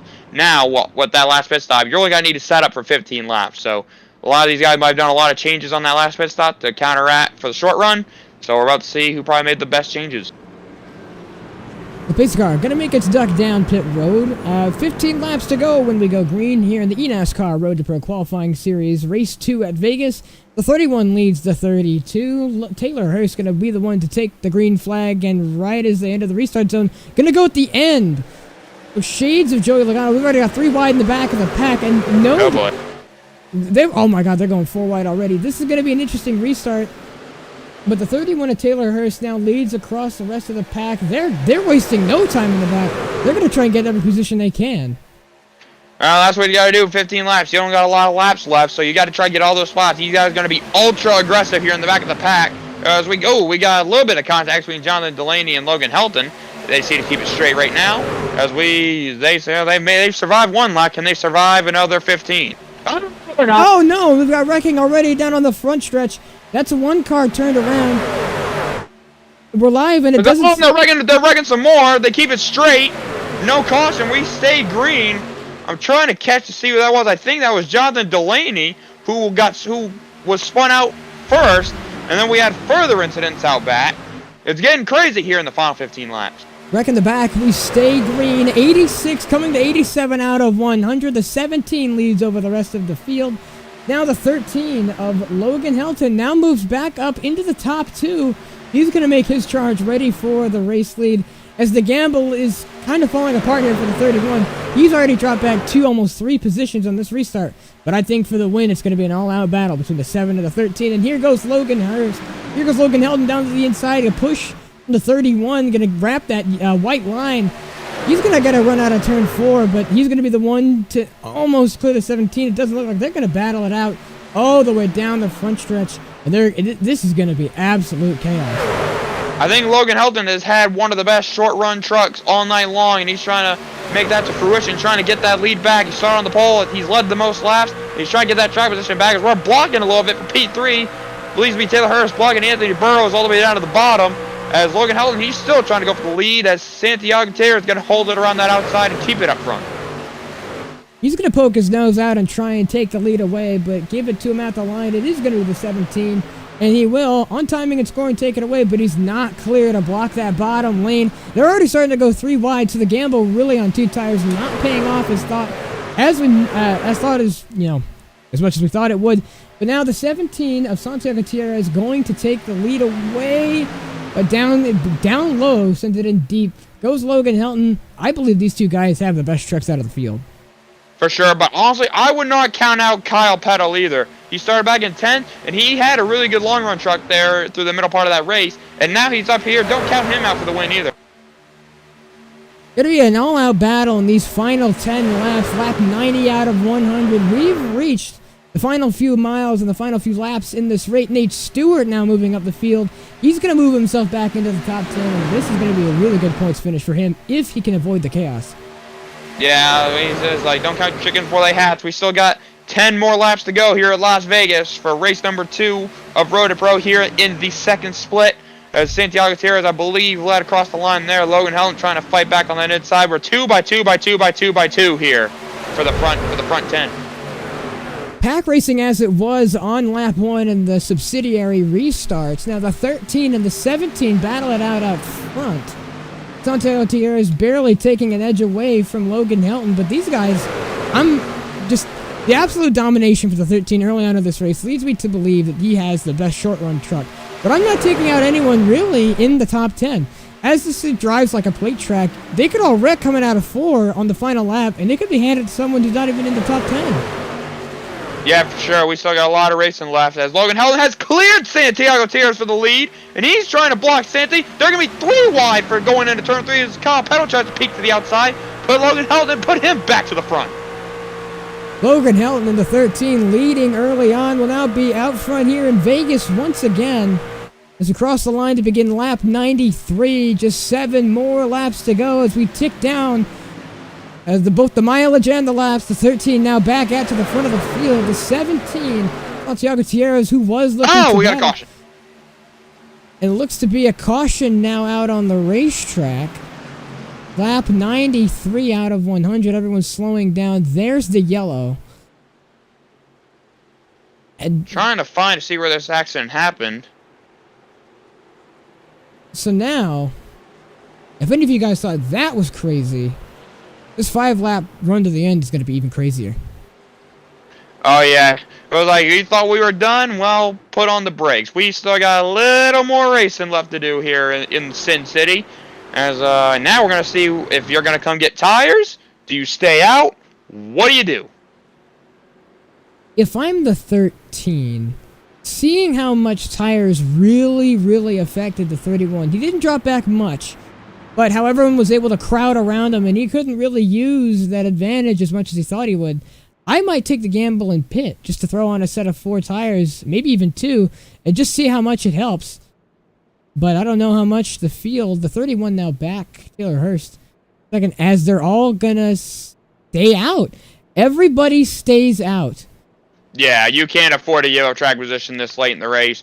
I don't know how much tires are going to benefit anyway, because a lot of these guys are pretty much wide open on the throttle anyway. So I don't really. There's probably going to be no benefit to pitting. So I best probably staying out as the best option. I'm trying to find what happened under the cause this yellow, but I can't seem to find it.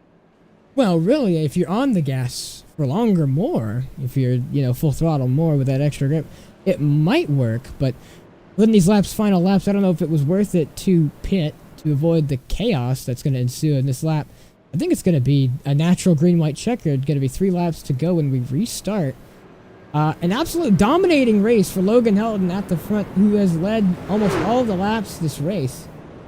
He has gone out, and he has just been absolutely dominant. Now the 31 of Taylor Hurst moves up to second position. Santiago Gutierrez takes his spot in third. He lost a spot on there when that caution was called. But this is going to be even crazier than all of the restarts we've had combined. Yeah, for sure, and it's only going to get even crazier. Like, I don't know what these guys are going to be willing to do. Like, a lot of these guys are up in the top 5, top 10. Are they willing to take the big point stay? Or do they try to go out and try to fight for every position they can get? Because a lot of these guys might play it safe. It's early in the season. These guys do have a drop week in case they do get involved in a wreck. Let's not forget that either. So, yeah, it's going to be interesting to see how these guys are going to be racing at the end. Because we got a lot of comers and goers here in this field tonight. And right now, Logan Helton is going to try to complete this dominating win. Or try to complete this dominating race with a win, I should say. So as you mentioned with drop weeks, you're certainly right about that. So a person could wreck and finish 33rd, and that being their drop week, if they didn't finish any lower than 33rd, that would be taken away. So if you have a really good consistent run, getting top 5, top 10s, and you just have one really bad off week, as they say, it's dropped. And you could be benefited enough by giving all of the points for all the good positions that you finished in the top 10 or the top 5s you got, maybe even a couple wins. But that 33rd would be, taken away, and the points would be corrected for having that. It's almost like you didn't even run the race. Yeah, for sure. But right now, I don't think these guys are worried. I mean, but a lot of these guys have points on their mind. But this is your shot to win an RTP race. Everyone's going to try to go full hell for leather here to see if they can get the job done. Logan Helton out front again in the 13 Chevy Silverado. He was the one who was dominant here in the first 30 laps, had led every lap from there on. Sort of lost the lead in the mid stages, and then eventually after this got it back up to the front. So it's been kind of a dominant and kind of turbulent races in the middle. He really kind of wasn't at the front up until that last few laps. That caution did really benefit him. He got back up to the lead. As of this time by, I believe we're going to go 1 to green. But Logan Helton really been the absolute star of this race, in my opinion. Yeah, for sure. I also can't forget Santiago Gutierrez, who's been really fast as well. I feel like it's ever going to be between one of these two for this race win. Certainly going to be an exciting battle here. The 31 elected to stay out, and I don't know if he's going to be slower on the restart because he did get boxed in and was about P5 when we last saw him, but now he's back up to second. So the 17 behind the 13, these have been the fastest trucks all day. If I was Santiago Gutierrez, I would push the 13 out front and see if I could get out front with him. Yeah, for sure. I think that 31, Taylor Hurst, he went with a 2-tire call, and it seems to be hanging on so far so good. So Maybe. I would not count him out for this race win either. Let's see what he can do at the end of this thing. Well, the gamble in Vegas might pay off as the 31 of Taylor Hurst, who is on the outside, had gambled on the last pit stop. He took 2 tires and seems to be still hanging on up front. I don't know how long that's going to last, but his chances are really going to be proven here. The lights on the pace car are out. So as we exit turn number 4, we're going to go for, like I said again earlier, hopefully for the last restart here in the eNASCAR Road to Pro Qualifying Series Round 2 at Las Vegas. It's Road to Pro season, and we've already got 2 races almost under our belts. This one's going to be capped off in some style. The pace car going to make its duck down on pit road. As there it goes. Now going to roll to the restart zone, riding on board with Logan Helton, your race leader, as he's going to wait till the end, and he's green. Green here in Las Vegas. We got to jump on the outside, and what a gain in position. These guys have already gone 4 wide, and we're already going to get turned. This wrecking, they kind of save it, and no caution as of yet. The 13 out of front. No yellow, they stay green. Wrecking the back, and we stay green. The 13 out front here in Vegas now. The 17 of... the 17 of Santiago Tierra is now going to send it down low. These 2 guys have been the fastest all race. And coming across these final 2 laps, it's going to be them to decide the win. Yeah, for sure. No yellow. Tower set tracks. They're wrecking. Oh, Nate Stewart is going around in the back. We got a big junk here. Down the front straightaway. Caution is going to come out.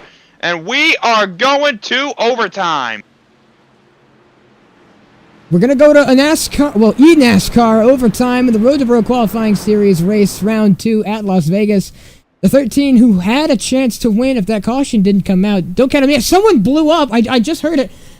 Someone just blew up in the back of the field.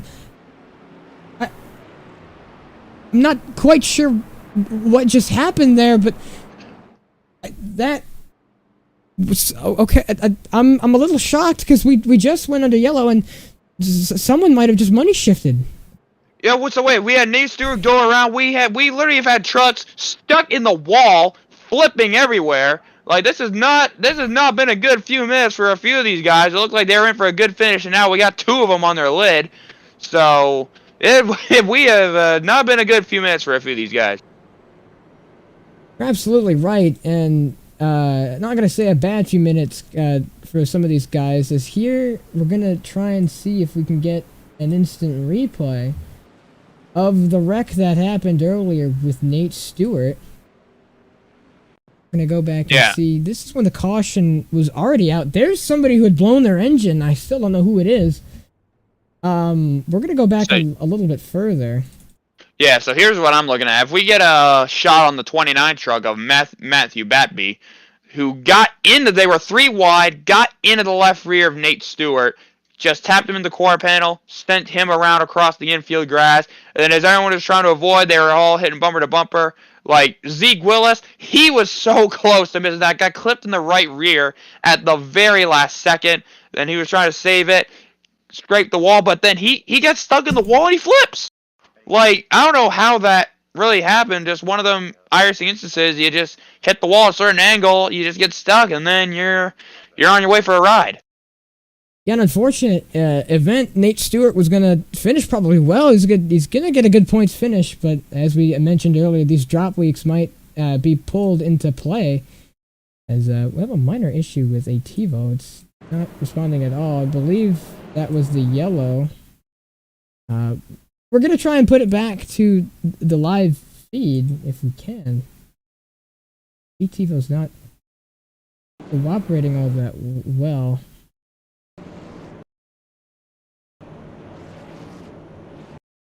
We're going to send it back to the live feed once we can.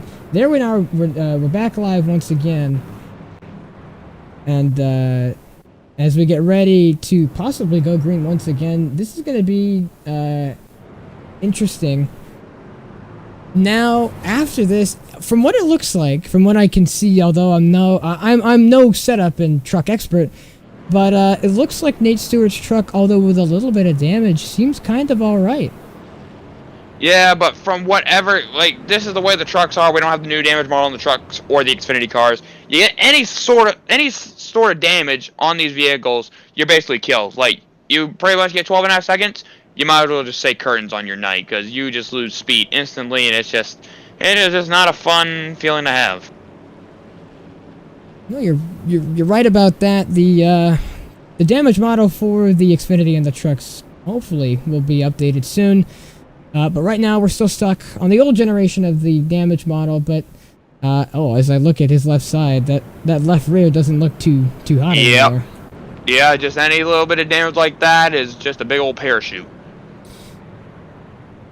Yeah, not going to be the best for Nate Stewart, as incidents in the back of the pack bring out another yellow, as the 8, who was earlier out at the front of this race, now decides to pit.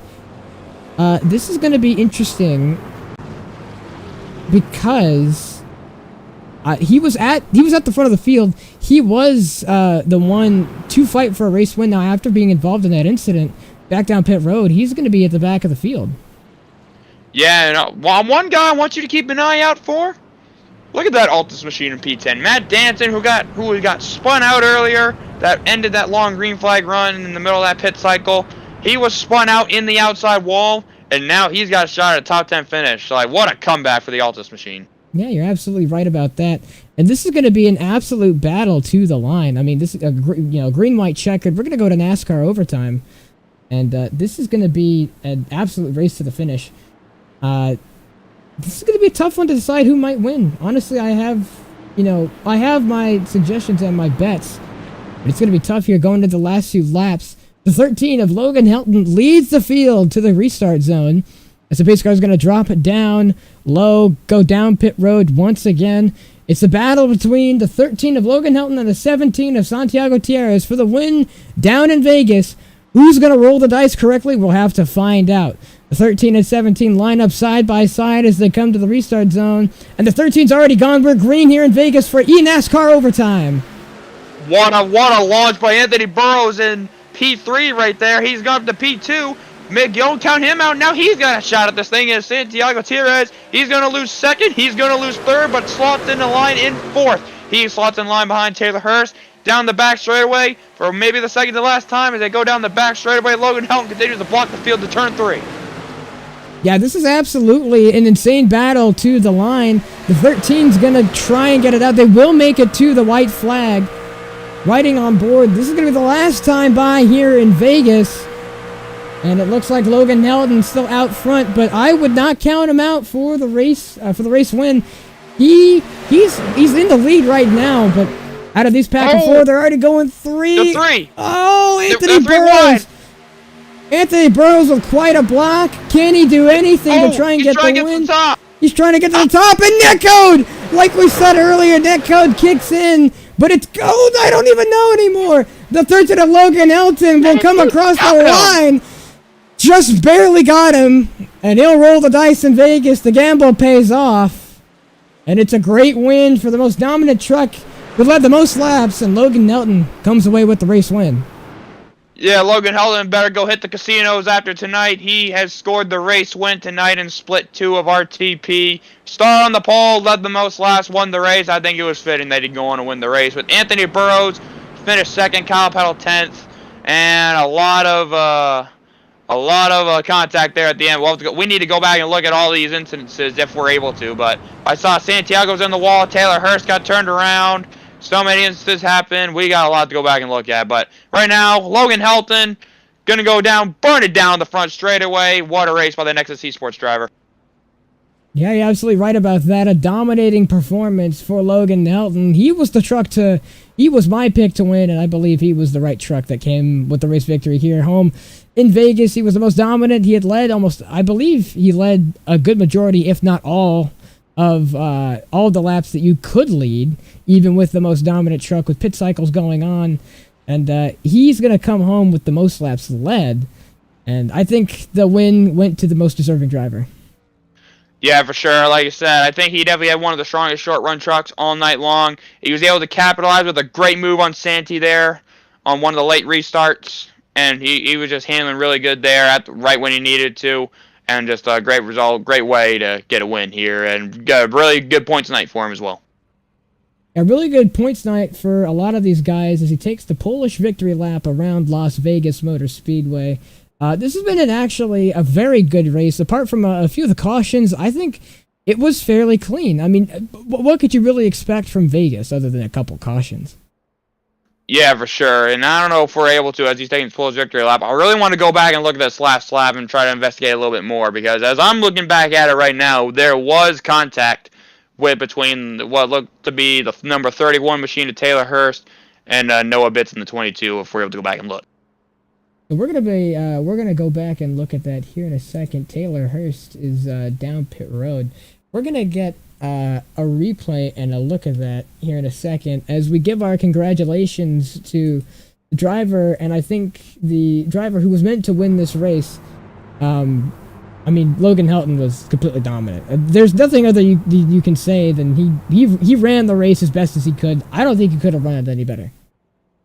Not at all, like I said.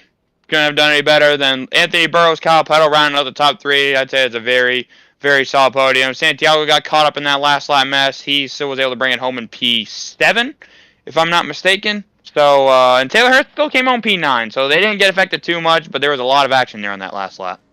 And he burns it down again. This is an absolutely great win, and good to see a driver of his caliber and his skill to win this race. Very good for him.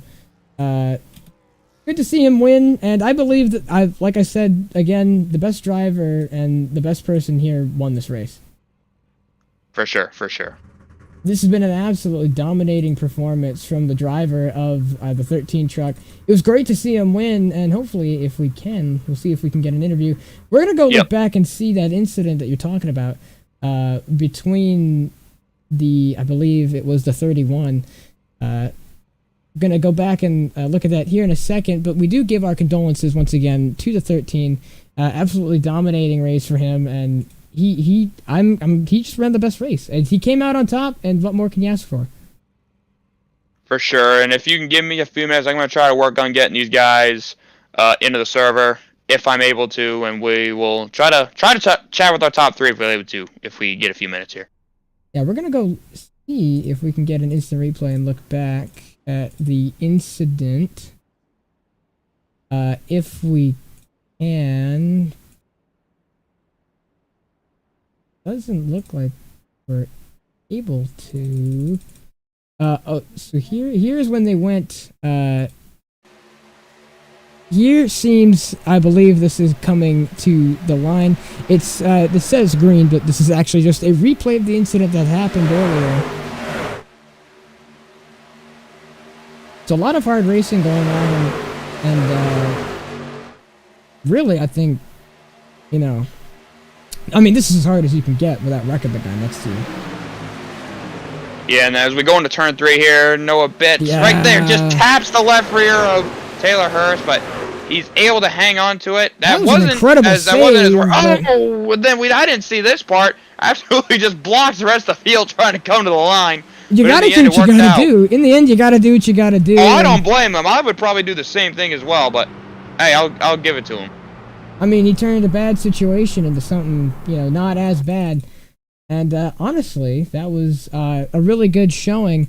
But yeah, here's the incident once again. You can just see going into turns 3 and 4, he just right there just gets tapped and boop, round he goes.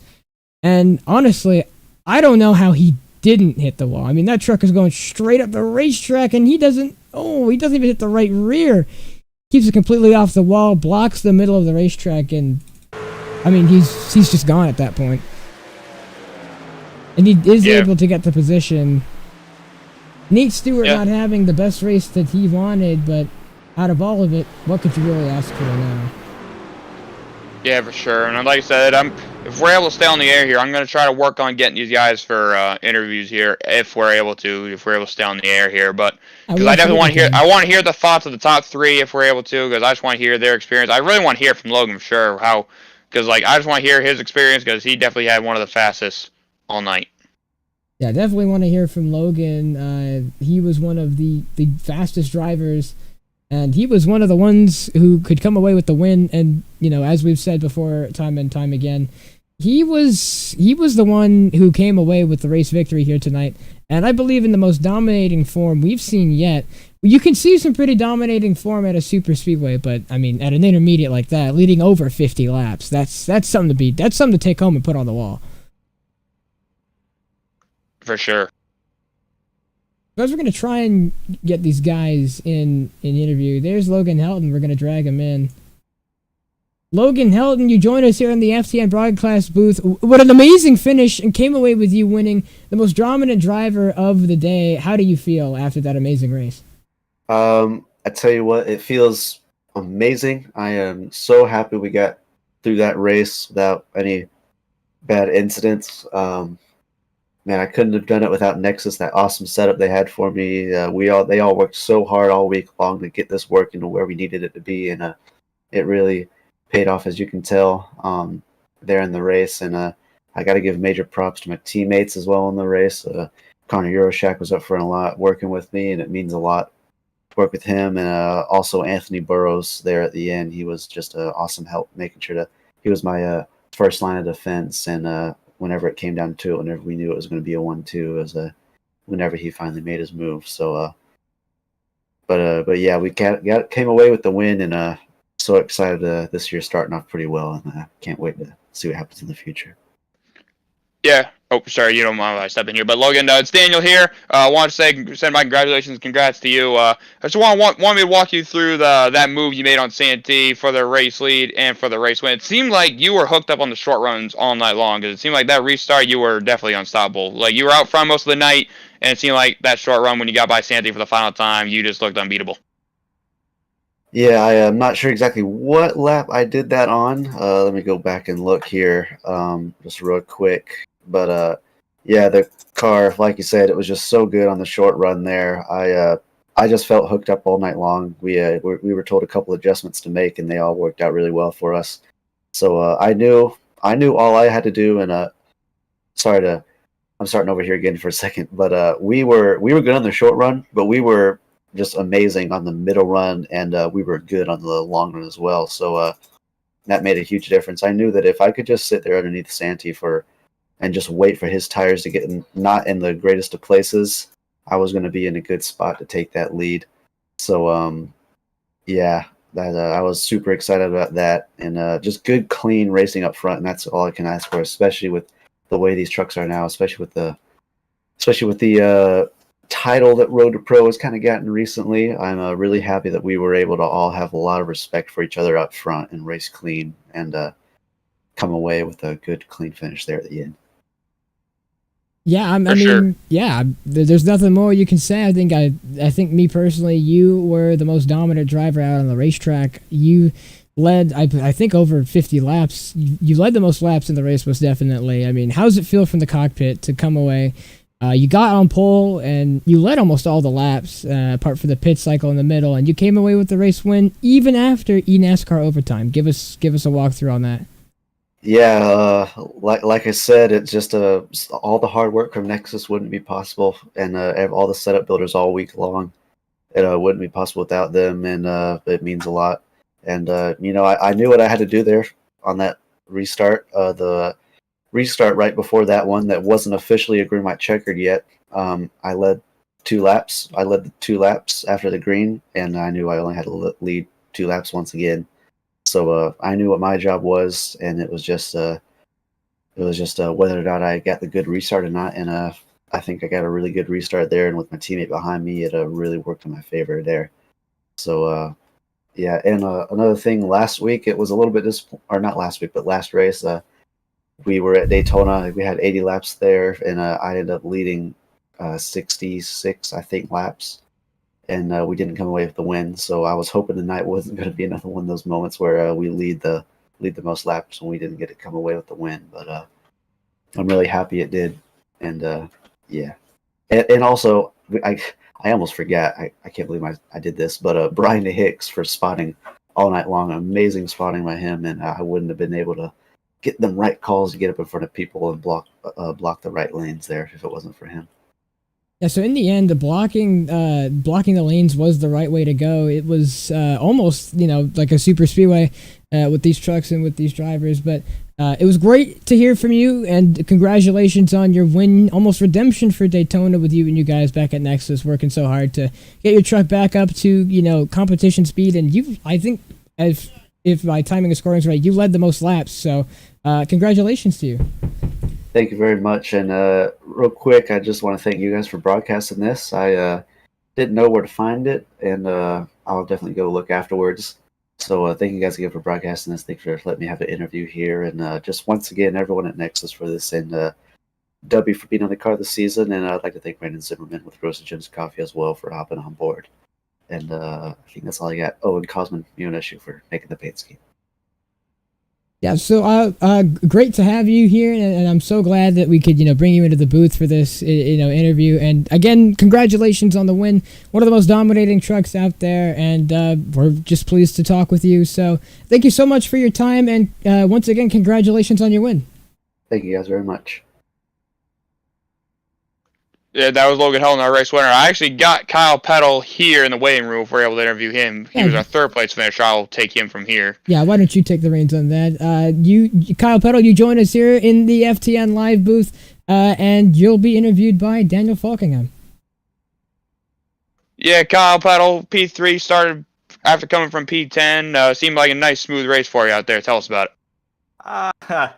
It didn't feel as smooth as it did. Unfortunately, at the beginning, the first run there, we definitely missed the truck. It was plowing tight for sure. Then under pit stops there, then we took a big swing at it to loosen up the truck, and then from there we kind of had to unfortunately make some moves that probably didn't make people happy. But unfortunately, when you're doing this type of truck racing like a plate track, you kind of have to force people to not be happy with you. Yeah, at the end of the day, you just got to do what you got to do. Like you're talking about, handling was definitely a major aspect in this race tonight with the way Las Vegas is on a 1.5 mile track. Seemed like you said you had to take a big swing at it. Seemed like after that you were able to move through the field, and looks like you were going to come home with a really solid finish right in there behind Santi after the pit stop. So, kind of what was going through your mind there when we were starting to get that rubble of cautions there at the end? Well, unfortunately is that I just thought, well, here we go again. You're kind of used to it from when I was in Coke. You kind of get used to these type of big races where even with 15 laps to go, you're never even safe. Geez, you could even have 3 laps to go and you're not safe from the cautions. So, we just had to put it on what we needed to do to make sure that our Gamer Saloon and Dot City Gaming Toyota was where it needed to be at the end of the night. Absolutely came out with a podium finish. Well, we've had Daytona, which is a super speedway. We've had Las Vegas, which tonight kind of raced like a super speedway. Now we go to, we could say another super speedway at Atlanta in 2 weeks' time. Your thoughts? Another lottery, man. If you thought that tonight's racing was crazy, get ready for Atlanta because it's going to be even worse. We're going to be sitting there wide open, no lifting, trying to run each other over. So that just kind of seems to be the name of the game for Road to Pro right now until we actually kind of get to some tracks where, we're going to have some off throttle time. So we'll just keep the lottery going and hopefully that we can keep rolling 7s and come up lucky. For sure, definitely cashed out pretty good tonight with some good points. I know you've mentioned a few sponsors. I'll give you the time to shout out anyone else if you'd like to. No, just Dot City Gaming, Gamer Saloon. Those guys decided that they wanted to reach out to me for this Road to Pro season. So they came on board. Really got to thank the guys at Dead Zone back at the shop. Cody Bias for spotting tonight. Jarrett Liebert, all those guys for tuning the wrenches and making sure that this hot rod needs to be where it needs to be.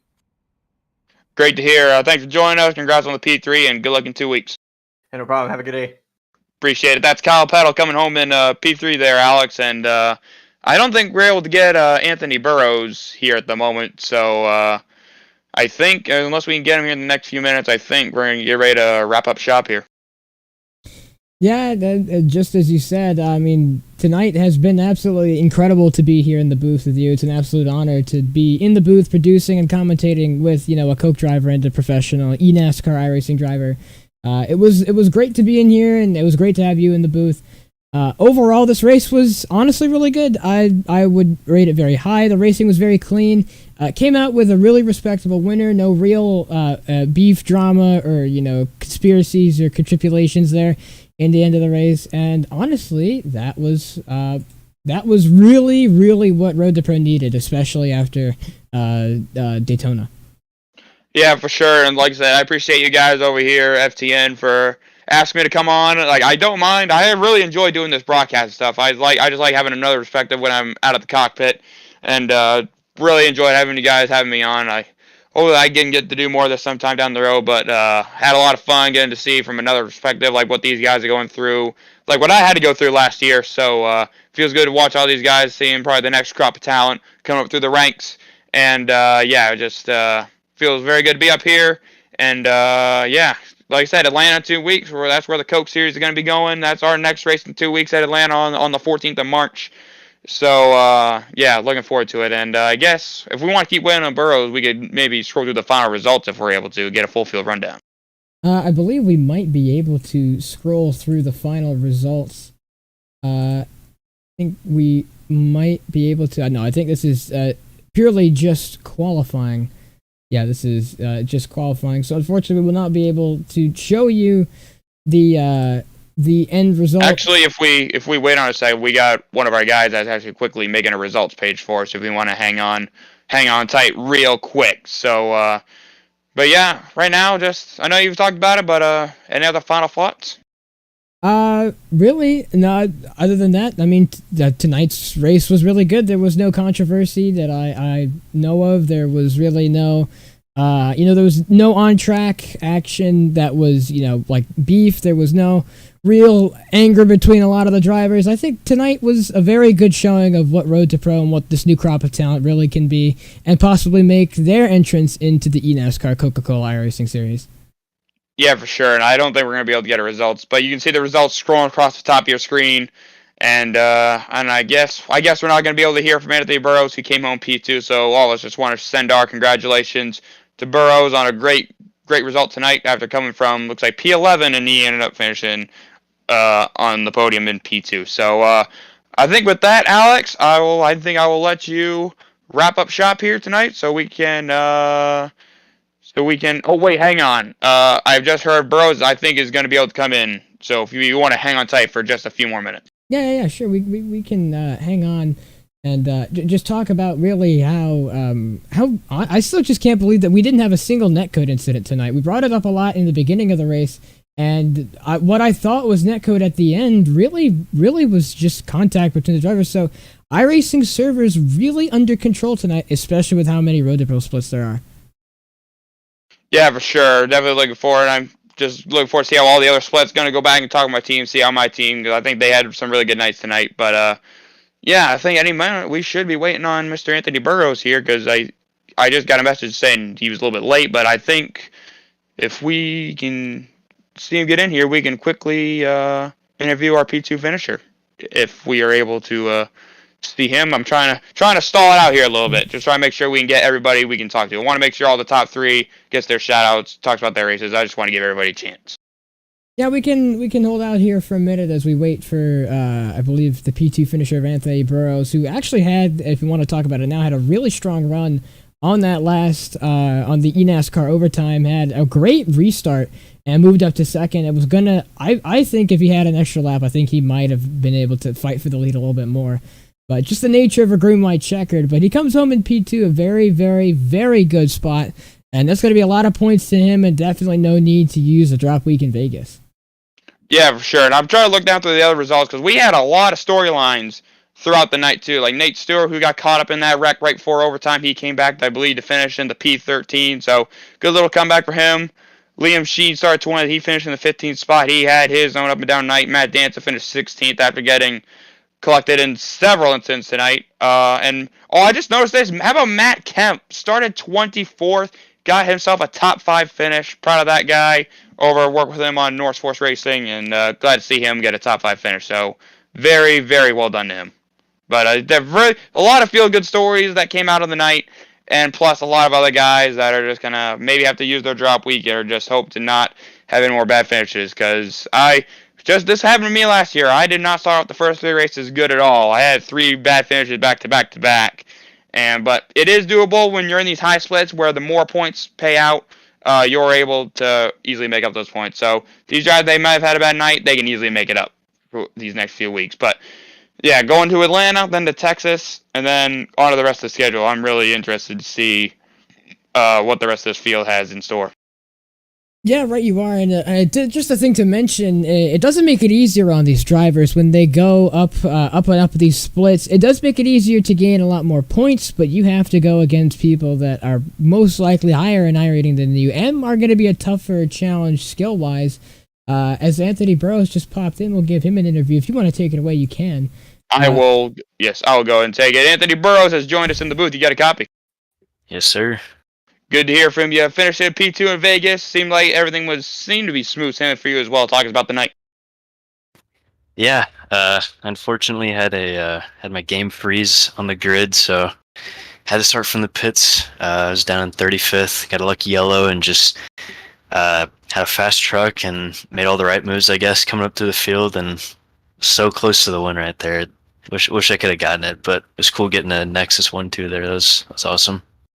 Yeah, very good there. That was something I did forget to mention. You did have a little internet connection or some sort of connection issue there at the beginning, but it seemed like you made all the right moves, everything went your way, and it seemed like you had a good handling truck out there because it seemed like on those long runs, handling mattered a lot. Tell us about how it was handled. It seemed like you were able to get through the field pretty well. Yeah, handling was pretty good, I'd say. Eventually kind of moved up to the middle lane in 1 and 2, and I don't know, it was kind of multi-groove as it went along. Middle was good, but you could kind of work the bottom, work a little higher and everything. But yeah, long run speed was definitely looking pretty good. I'd say Nexus brought a pretty solid truck this week. I'm really happy with the effort. So yeah, we'll just have to go get him in Atlanta. Yeah, Atlanta. You could say it was kind of more of another like a super speedway race tonight, like we had at Daytona, and then you could say we're going to our third straight super speedway race to open up the round 1 of Road to Pro. Your thoughts on Atlanta in 2 weeks? We'll see. I've only done like 1 or 2 races on it. It'll be a super speedway. I know that for sure. And never had the best of luck on super speedway tracks, but hopefully that changes. And yeah, we'll just have to see what happens. For sure. No, you shout out Nexus, and I'll give you any other shout outs you'd like to. Yeah, big shout out to you guys for putting on the broadcast. Shout out to all my teammates. Shout out to Logan for getting the win there. And just once again, another shout out to Nexus for bringing the truck. Awesome. Thanks for the time, Anthony, and good luck in 2 weeks. Thank you. That was Anthony Burrows coming home P2. That was all of our top 3. And Alex, like I said, appreciate you bringing me on board, and I will let you wrap up the show, and we will get on out of here. Well, to the viewers here at home, we appreciate you who have tuned in here tonight, and we appreciate anyone else who would like to leave us any notes or any ways we can improve. And Anthony, it was great to see Anthony actually, do as well as he did. And Dan, it was really good to be here in the booth with you. Still not quite over it yet, and I've held it for as long as I can, but I think I just gotta let it out a little bit now. It's still kind of getting to me that I got to sit here and not only talk but broadcast with a Coke driver, seeing all these guys and trying to make it up myself. This is a really big moment for me. Well, that's very fire. It means a lot. I appreciate you saying that. But like I said, I don't mind doing this broadcast stuff because it's just another side I like. I like to get involved in anything at this type. I love being on the broadcasting side of stuff. Maybe hopefully get to do a lot more of it down the road. But yeah, like I said, I can't thank you guys enough for bringing me on tonight. It was a lot of fun, and we'll be ready to see what these guys do in 2 weeks. And that is where the Coke Series is. Like I said earlier, that's where we're going in 2 weeks at Atlanta as well. So hopefully we can try to put on a good show. We have had the greatest start of the season over on the 54 Joe Gibbs Racing Camp, but we'll hope to turn around in 2 weeks. Yeah, right, you are. And as we're rounding out the stream, I would like to thank all the viewers once again for tuning in, and thank you so much for your continued support. And we're going to wrap it up here at FTN, but don't be sure to, tune in to my broadcasting partner, David Kreutz, as he's on, I believe, with the HLL Truck Series. They're going to go and have another amazing race. This has been Alexander Valderas and Daniel Foggingham in the booth here for the second split eNASCAR Road to Pro Series for qualifying round 2 at Vegas with the 13 being the winner. Thank you all so much for watching here, and great big thank you for tuning in, and we appreciate all of you guys for being here and your continued support. And that has been all for FTN. Be sure to tune in to David, and we'll see you guys in 2 weeks here at New Atlanta.